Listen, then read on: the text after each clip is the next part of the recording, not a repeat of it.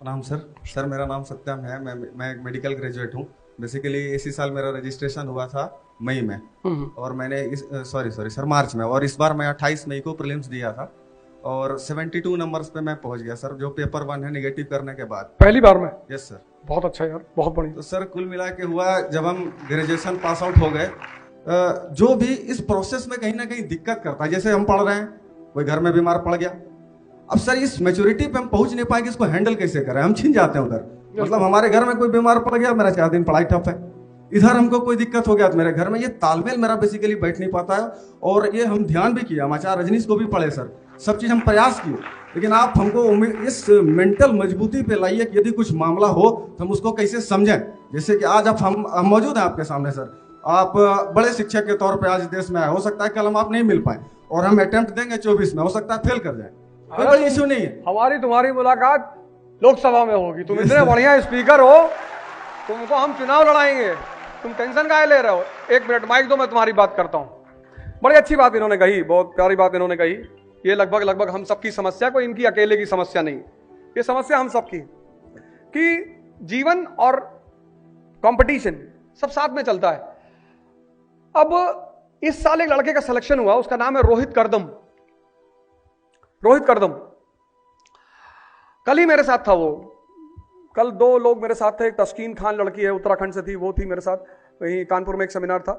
और ये रोहित करदम लड़का जो है, मुझे रैंक तो एग्जैक्टली उसकी याद नहीं रोहित करदम की, तो कल दोनों लोग मेरे साथ थे। तो रोहित करदम ने मुझे बताया कि सर जब मैं मेंस लिख रहा था तो उसकी माँ को ब्रेन कैंसर हो गया था, तो लास्ट स्टेज में थी। तो जब वो, अब माँ है, पता है कि बस 10-12 दिन 15 दिन की बात और है, तो जाके वो कहे कि सर मेरा मन न माने और मैं जाके माँ के पास बैठ जाऊं। तो माता जी बोल तो नहीं पाती थी, पर हाथ से कहती थी कि जाओ। तो कहे जब मैं माँ के पास बैठूं तो मुझे लगा कि मैं अपना काम नहीं कर रहा हूं, जब मैं पढ़ने बैठूं तो मुझे लगे कि मैं इतना स्वार्थी हूं कि मेरी माँ की डेथ हो रही है और मैं पढ़ाई कर रहा हूं, कितना बड़ा डिलेमा है। मैंने कहा फिर क्या किया तुम? कहा मैं एक बार आपको एक वीडियो सुना, तो उसमें आपने कहा कि रामचंद्र जी जा रहे थे जंगल और लोगों ने आके कहा कि भाई आपके पिताजी मृत्युशैया में पड़े हैं।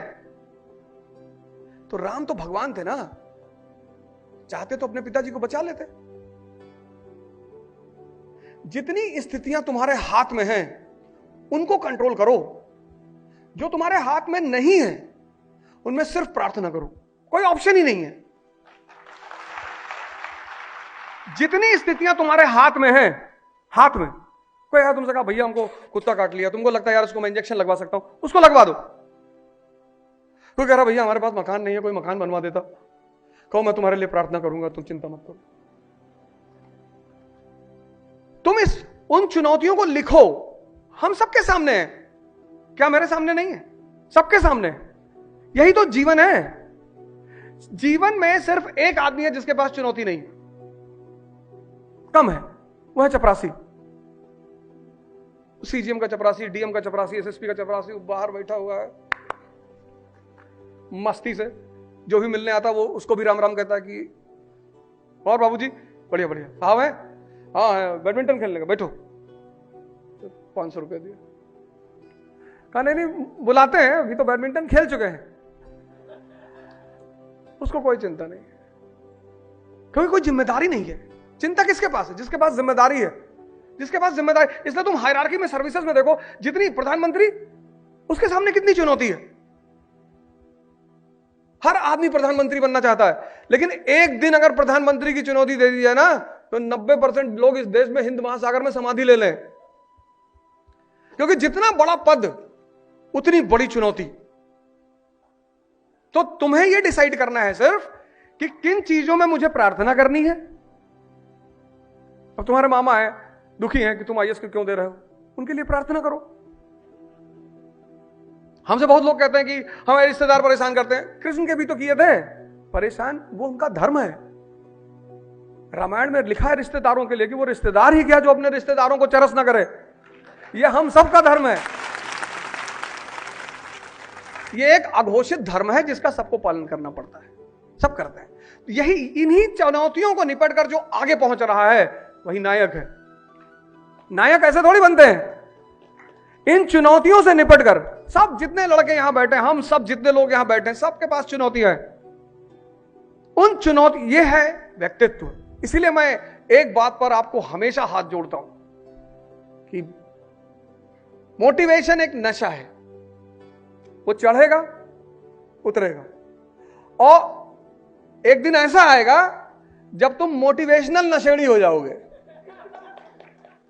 जब बेचैन होगे यूट्यूब खोल लोगे, ये फाड़ डालो, ये उखाड़ डालो, ये नचा डालो, तुम भी जोश में आके मोबाइलें पटक दोगे कि लाओ साले उखाड़ डाले, आज मोबाइलें नहीं रहेगा जीवन में, मोटिवेशन खत्म। तो मोटिवेशन क्या है? नशा है। मैं इस, ठीक है सुनो, अच्छा बोलते हैं लोग, भारत देश में बहुत अच्छे अच्छे स्पीकर है, बहुत अच्छा बोलते हैं, उनको भी सुनो, लेकिन परमानेंट शक्ति की व्यवस्था करो। जंगल में हाथी गैंडा ये कभी डर के थोड़ी घूमते हैं, क्योंकि शक्ति है। जंगल में हिरन डर के घूमता है। तो जहां शक्ति है वहां उत्साह है। सवाल यह उठा कि शक्ति आएगी कैसे? ध्यान से, सदगुरु जी संभवी करा रहे हैं, पंडित श्री रविशंकर हैं, सुदर्शन क्रिया करा रहे हैं, इतने संत इस भारत में पड़े हैं। कभी तुम्हें छुट्टी मिले यार, छत्तीसगढ़ चले जाओ, यहीं बगल में मिर्जापुर में स्वामी अड़गानंद महाराज का आश्रम है, वहां रहो ना, एक हफ्ता सेवा करके आओ। तुम सबका ड्रीम है कि छुट्टी मिल जाए तो गोवा चले आए।